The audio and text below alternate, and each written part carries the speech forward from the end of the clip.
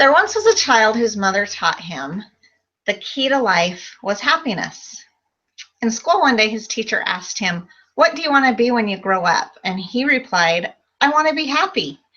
And she said, "I don't think that you understand the question." And he said, "I don't think you understand life." As this mother taught her son the key to life was happiness, that's what any parent wants for their child.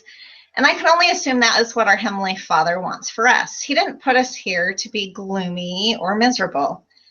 He wants us to enjoy life. President Gordon B. Hinckley said it best when he said, quote, "In all of living, have much fun and laughter. Life is to be enjoyed, not just endured," end quote. To make the world a better place, we can all be a bit happier. Happiness is a choice, not a given gift. It is my hope that after my comments, you come to believe that you are in charge of your own happiness. There are many people in the world today who are not happy. Studies show that 1 in 10 adults are on some form of antidepressant. There are definitely people who need help, and they are getting it. However, too many times we turn to a quick fix and we look outwardly for help when all we need to do is to look within. Harold B. Lee said, quote, "Happiness does not depend on what happens outside of you, but on what happens inside of you. It is measured by the spirit of which you meet the problems of life," end quote. Feelings of sadness, they're natural. Life is full of trials and hardships. Happiness is not the absence of problems, but in the ability in how we deal with them. When we change the way we think, we can change the way that we feel. So how do we do this? There are 8 steps that I would like to share with you on how to achieve a greater happiness in life. Number 1, surround yourself with happy people and emotionally connect. Believe it or not, when we are around happy people, it is contagious. When you surround yourselves with happy people, we feel it and we become happy. We need that emotional, positive connection with others. When we emotionally connect with other people, it helps the brain. And the best way to do this is to talk face-to-face, one-on-one, and in person. Number 2, lessen screen time. This is a given. If we are to connect with others, we need to be looking up, not down at our phones, watching TV, or on the computer.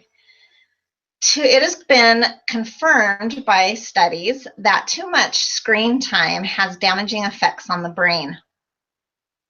It's also associated with anxiety and depression. Low self-esteem and feelings of inferiority have also been linked with social media. Remember, moderation in all things does not just have to do with food. 3, be healthy, exercise, eat right, and sleep enough. I am sure you already know all of this. How many times have we heard you need enough sleep? Well, that's so that our bodies can heal.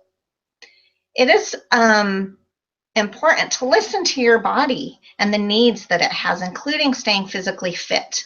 We have all heard that exercise gives us endorphins, and that in turn can make us happier. Maintaining a healthy diet has nothing to do with the way that you look, your size, your weight, or your shape, but it has everything to do with the way that you feel. If you feel well physically, you will feel well emotionally. This is where we always hear moderation in all things. Number 4, have a sense of humor. Dr. William F. Fry from Stanford University has published several studies of the benefits of laughter. One benefit helps with step number 3, in that humor, mirth, and laughter are on the side of contributing positively to the maintenances of health and survival. Research also shows that people who engage in a positive sense of humor in their everyday lives lead happier lives. So Elder Boyd K. Packer, he said, quote, "Find happiness in ordinary things and keep your sense of humor," end quote. Number 5, be optimistic. Countless studies have been conducted on optimism, and the clear majority of them support the same conclusions. Optimism is healthy. Optimists live longer, they have better functioning immune systems, cope better with difficult circumstances, even have healthier babies. Number 6, serve and share. Research shows that acts of sacrifice that are motivated by desires to meet another's needs may result in feelings of happiness. When we share a part of ourselves with others, whether it be of monetary value or of our time, happiness is sure to follow in both ourselves and those we serve. Number 7, show gratitude. Research shows that when one shows gratitude, it has a positive effect on our happiness.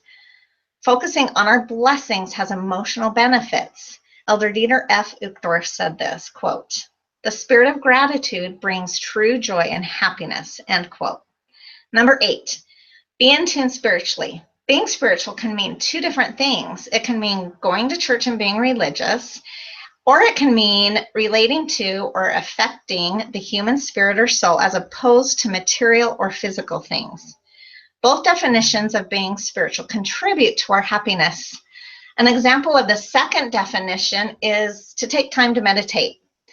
And Elder Russell M. Nelson gives a good example of the first definition when he said, quote, "The Lord's way is the only way for us to experience enduring happiness," end quote.